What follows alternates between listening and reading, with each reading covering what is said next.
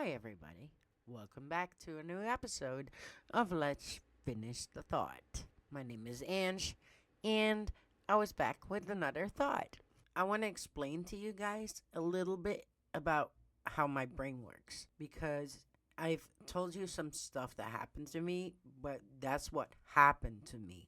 It doesn't explain how my brain works.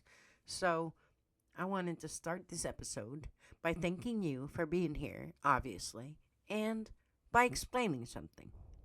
By explaining who the person is that is talking to you right now. Who am I? Who is Inch? So, this episode is going to be a little different. In the other episodes, I've talked about a lot of ideas about responsibility, kindness, society, and finishing the thought. But I realized something. I've told you things that happened in my life, but those are events. They don't actually explain who I am or how my brain works. So today, I want to explain that a little bit. That being said, my name is Angelus, Ange for short. I am 39 years old. I'm a mother of two. One of my children is still here with me, the other one isn't anymore. If you've listened to any of my other episodes, you already know that life hasn't been real easy for me. But the events themselves aren't the important part today. What matters is how my brain developed because of them. As I said before, I grew up in group homes. I didn't have a stable upbringing, and I moved around a lot. And something important came out of that. I basically raised myself. Nobody sat me down and explained morality. Nobody showed me how to behave. In fact, most of the examples I had were pretty terrible.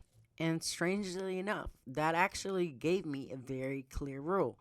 If the example you are given is bad, then the lesson becomes simple. Don't do that. Everything I believe about responsibility, kindness, and how people should treat each other, I didn't learn that from example. I chose it. So, yeah, my brain has a very specific way of working. When something catches my attention, I don't stop halfway through a thought. My brain just keeps going. It basically goes, if this is true, then that must also be true. And if that's true, then where does it leave us? And that's literally why this podcast exists. The name says it all. Let's finish the thought. There's something about my brain that explains part of this, and it's called low latent inhibition, or LLI. Most people have never heard of it, so if you're one of those people, don't worry, I'll explain. Most people have a filter.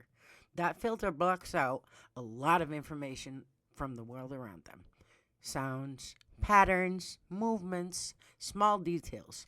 The brain decides that most of that is irrelevant and ignores it.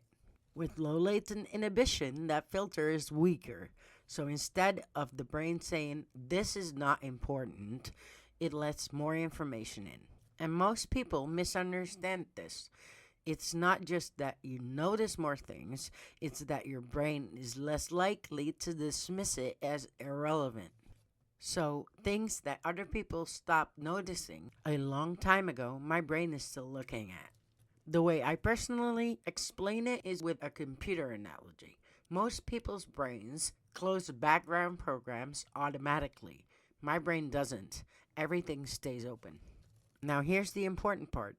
If you have low latent inhibition, but your brain can't process all the incoming information, it becomes overwhelming. Understandably so, which is actually why people think that it's rare when it's really not. Because most people with low latent inhibition actually develop mental health issues. Again, understandably so, because your brain is constantly overstimulated and it can literally drive you crazy. It's not their fault. If their brain is flooded with input constantly, that can break things. In my case, my processor is able to handle it. My IQ was measured at 143. That doesn't mean I'm better than anyone else. It just means my brain is very good at processing patterns and information. And for me personally, it means that my brain is constantly processing things, patterns, contradictions, consequences. That also is why I work best with like multiple things happening at once. I usually have like a YouTube video, a podcast, and my work level design going, flowing all at the same time.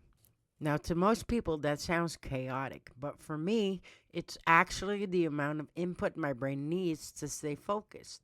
Now, I can sit in silence, don't get me wrong, but only if I choose to sit in silence deliberately.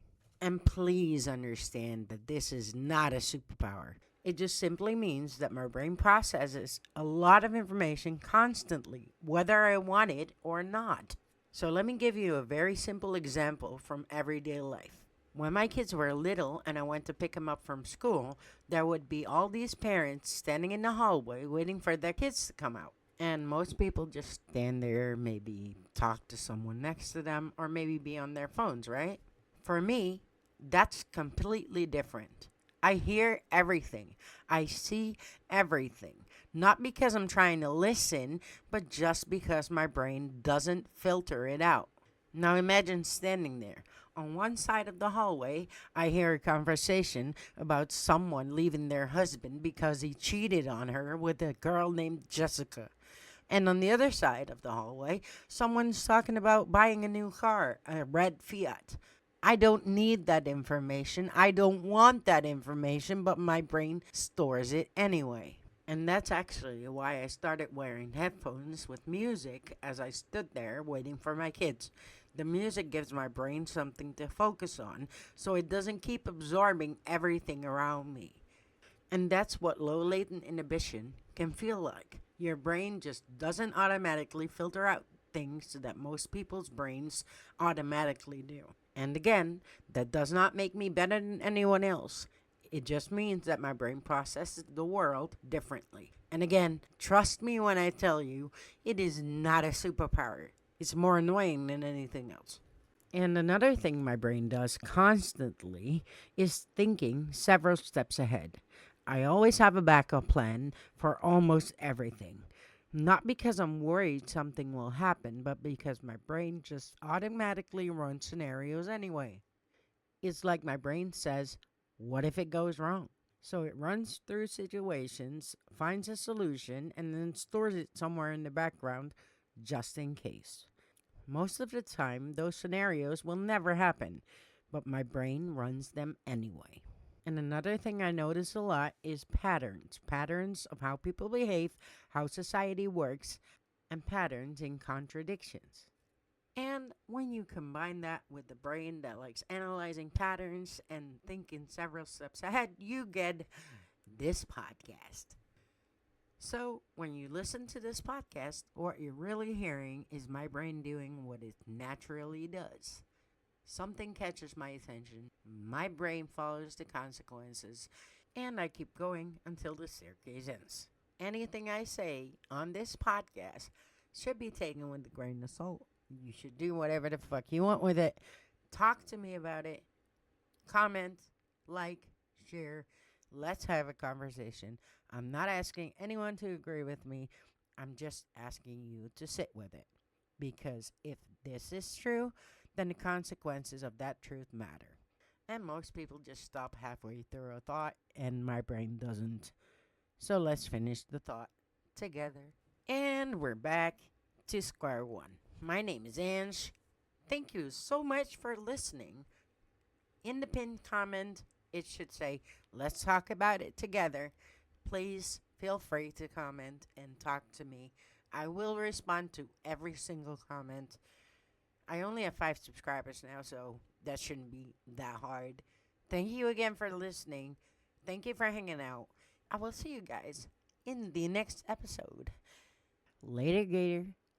Disclaimer, this episode has horrible audio quality, but that's because I'm a fucking noob and I'm new at this, so thank you for listening anyway.